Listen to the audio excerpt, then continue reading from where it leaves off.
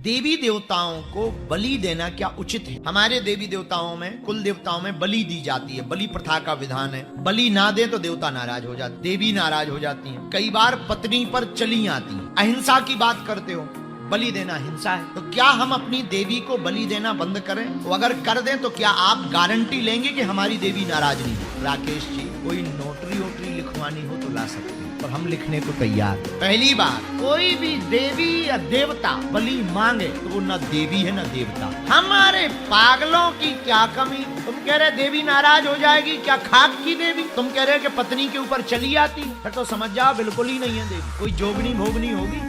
जब पत्नी के ऊपर देवी आ जाए, वो त्रिपुर सुंदरी, वो पराम्बा, आद्य शक्ति, जगदम्बा, वो पत्नी के ऊपर आ जाए, विचार कर लो कितनी बड़ी वाली देवी। देवी की एक झलक दिख जाए, आदमी फट जाएगा, आंखें अंधी हो जाएंगी। और तुम्हारी पत्नी पे पूरी देवी आ रही, चरण धो के पियो राकेश, आरती उतारो उसकी, फिर तो तुम अपनी पत्नी की पूजा करो। और जरा ये भी पूछ के बताना है वो कहाँ की देवी है, कलकत्ता वाली है या फिर हमारे बागेश्वर धाम की गड़ा की चंडी माता है? राकेश, कोई भी देवी या देवता जीव की हिंसा करवाता है तो वो देवता या देवी है ही नहीं। पहले शास्त्रों में विधान था, परिस्थितियां थी, पर शास्त्रों में विधान के बदले एक उपाय भी दिया गया है कि जरूरी नहीं तुम हिंसा करो। नारियल की बलि दे सकते, नींबू की बलि दे सकते, कुमड़ा की बलि दे सकते, कि भगवान ही देवी या देवता दूसरे को जिंदा करता है, मारता नहीं।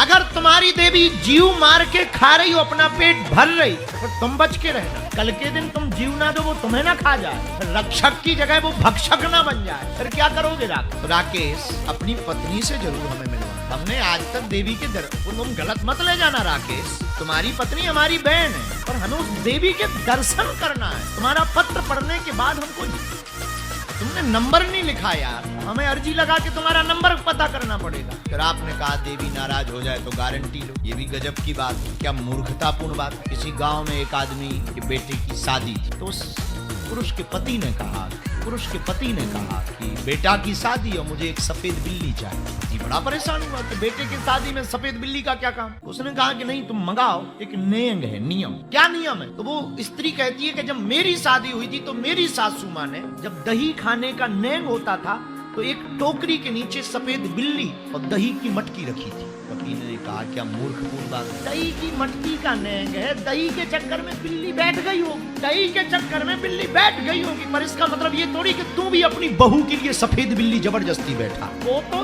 दही के चक्कर में उस जमाने में बैठ गई थी, कोई देखने वाला नहीं था। मुझे उस घटना का पता है, बाद में बहुत दिनों तक हंसा चला। उस पति ने अपनी पत्नी को समझाया कि बहुत दिनों तक चर्चा चली कि बहू ने बिल्ली का जूठा दही खाया, वो मजबूरी में बैठ गई थी, कोई देखने वाला नहीं था। अब इसका मतलब ये थोड़ी कि तू भी अपनी बहू को बिल्ली का जूठा दही खिलाएगी। ऐसे ही ये तुम्हारी परंपरा। राम राम सभी भाई और बहनों को। वीडियो कैसी लगी कमेंट में जरूर बताएं और वीडियो को लाइक करें। अगर आप वीडियो में नए हैं तो चैनल को सब्सक्राइब जरूर कर लें और हाँ, बेल नोटिफिकेशन को ऑल पे सेट कर लें ताकि हमारी वीडियो आपके पास सबसे पहले पहुंच जाए। राधे राधे, जय श्री राम।